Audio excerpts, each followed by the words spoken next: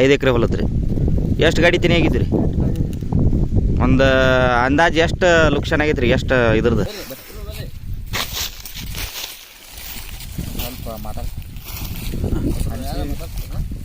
ಗ್ರಾಮದ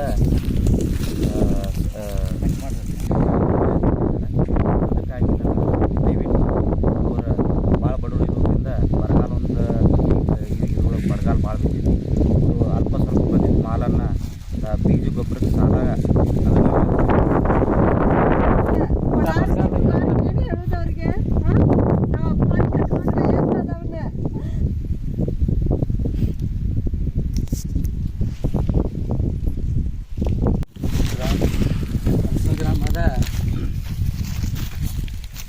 ಹನ್ಸಿ ಗ್ರಾಮದ ನಾವು ರೈತರು ಸ್ವಂತ ನಮ್ಮ ಅಣ್ಣನ ಜಮೀನಾದಂಥ ಕುಟ್ರಿ ಹಾಕಿದ್ದೀವಿ. ತಾರೀಖು 13/12/2023 ರಾತ್ರಿ ಯಾರೋ ಕಿಡಿಗೇಡಿಗಳು ಬಂದ ಅದಕ್ಕೆ ಬೆಂಕಿ ಹಚ್ಚಾರ.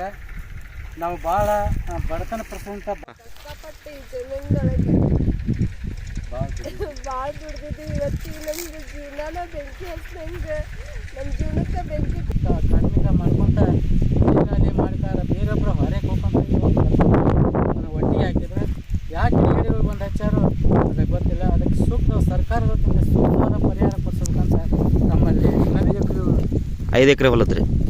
ಎಷ್ಟು ಗಾಡಿ ತಿನಿ ಆಗಿದ್ರಿ? ಒಂದು ಅಂದಾಜು ಎಷ್ಟು ಲುಕ್ಷನ್ ಆಗೈತೆ ರೀ? ಎಷ್ಟು ಇದ್ರದ್ದು ಸ್ವಲ್ಪ ಮಾತಾಡ ಗ್ರಾಮದ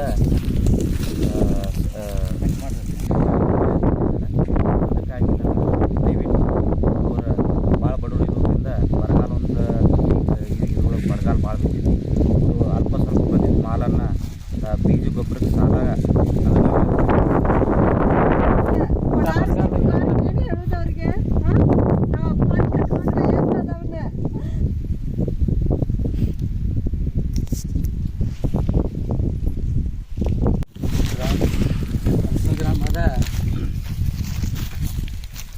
ಹನ್ಸಿ ಗ್ರಾಮದ ನಾವು ರೈತರು ಸ್ವಂತ ನಮ್ಮ ಅಣ್ಣನ ಜಮೀನಾದಂಥ ಕುಟ್ರಿ ಹಾಕಿದ್ದೀವಿ. ತಾರೀಖು 13/12/2023 ರಾತ್ರಿ ಯಾರೋ ಕಿಡಿಗೇಡಿಗಳು ಬಂದ ಅದಕ್ಕೆ ಬೆಂಕಿ ಹಚ್ಚಾರ. ನಾವು ಭಾಳ ಬಡತನ ಪ್ರಸಂತ ಕಷ್ಟಪಟ್ಟು ಈ ಜಮೀನುಗಳಿಗೆ ಭಾಳ ದುಡ್ದಿದ್ದೀವಿ. ಇವತ್ತಿಗೆ ನಮ್ಗೆ ಜೀವನ ಬೆಂಕಿ ಹಚ್ಚಿದಂಗೆ ನಮ್ಮ ಜೀವನಕ್ಕೆ ಬೆಂಕಿ